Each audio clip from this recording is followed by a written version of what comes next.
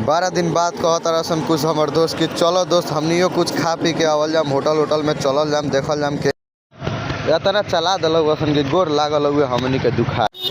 मने का करब, गोड़ दुखाई चलते चलते चलते हमनी आके पुगनी सनिया जायका बिरयानी में। अभी यहाँ अइला के बाद कहनी ढुकसन भीतरी, लगल हुसन भीतरी ढुक सन। तो भीतरी ढुक के देखल जाता कि यहाँ पूरा बाटे पैक। देखे लगनी सन कि हमनियो एमे केने बाटे टेबुल खाली भेटा गइल। एगो टेबुल खाली भेटाइले तो हमहू कहनी यही में बैठ रह। तले दोस्त लागल यहाँ मुड़ी खजुआ के मेन्यू कार्ड देखे ध्यान से देखते रहल हुए। तले ई कहता कि अब हमहू देखी ला।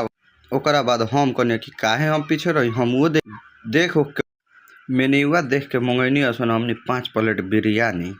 ओकरा बाद मंगैनी असन चिकन लॉलीपॉप मंगा के लगनी असन हमनियो खाए। खइला के बाद बिल पेमेंट कर के कॉल गईनी।